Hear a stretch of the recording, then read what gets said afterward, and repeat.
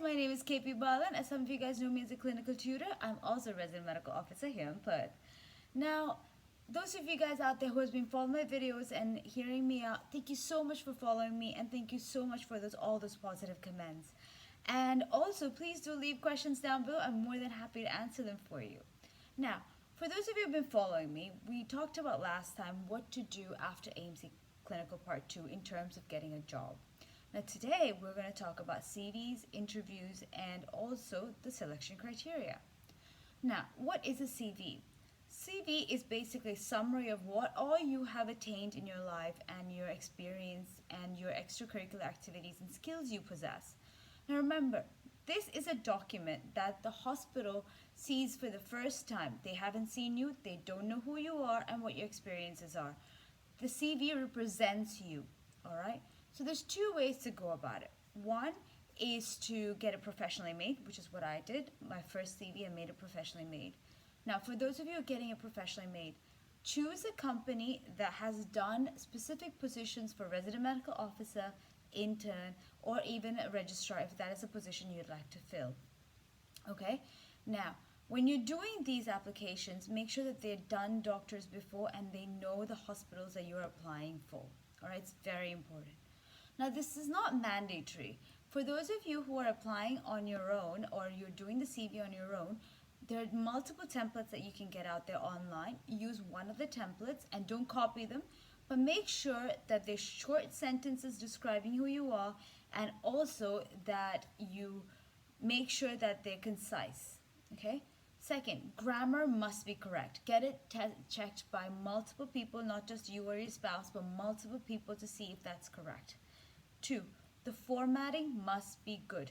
For example, the alignment of the words and also the font, and only certain things that are important are bolded. No italics, no color changes, none of that is required and none of them should be there because it's not really professional.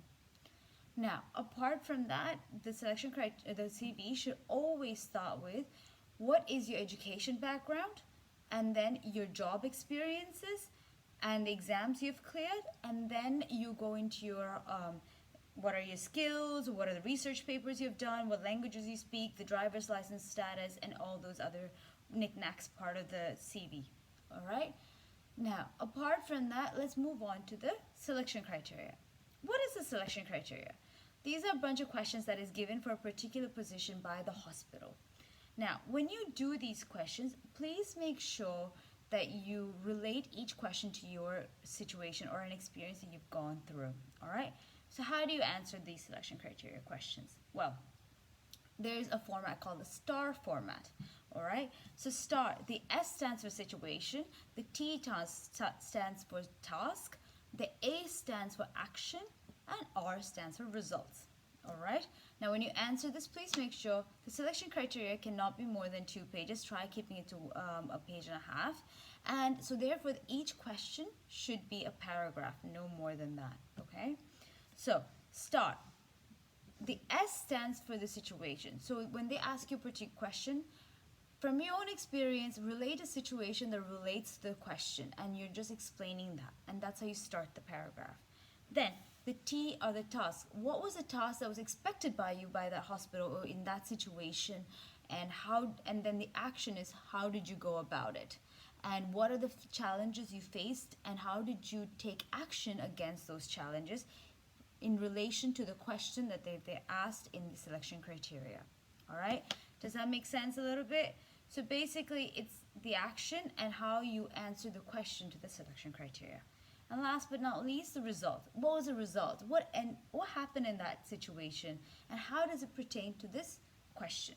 All right? So that's how you answer most of them. 1 or 2 will be straightforward. The first question is usually, have you completed your AMC clinical exams, and do you have what kind of registration you have? The last question is usually, do you have a driver's license, and what is the status of mobility? All right? And access to public transport. So some of them are straightforward, but when they ask you questions about particular situations, use the STAR format. All right? Now, apart from that, we're going to talk about the interview. Now, why is the selection criteria questions important? Know the selection criteria questions well, because that is what's going to be asked in the interviews. During the interviews, there are a couple of parts. One, they're going to ask about 2 clinical scenarios, okay? So know your clinical scenarios, and they're usually emergency medicine kind of scenarios like hyperkalemia, sudden cardiac arrest, um, sudden collapse, unwitnessed collapse, and these are a couple of the cases that do come for you, and post-operative management. Now, apart from that, you have apart from the clinical questions, you have some ethical questions. In these ethical questions, they usually ask about how you communicate, how you settle disputes, and how you carry out each task in if you are given that position. So this is how usually the interview questions go by, and they usually take in from your selection criteria in the ethics part of the interview. So that's the overall gist of how the CV, the selection criteria, and the interviews are done. If you have any further questions, don't hesitate. Put it in the comment section below. I'm more than happy to make more videos explaining it a little bit more in detail. And for others and rest of you guys out there, stay tuned for more videos and put down comments right below in the comment section. I'm more than happy to answer them for you. Bye.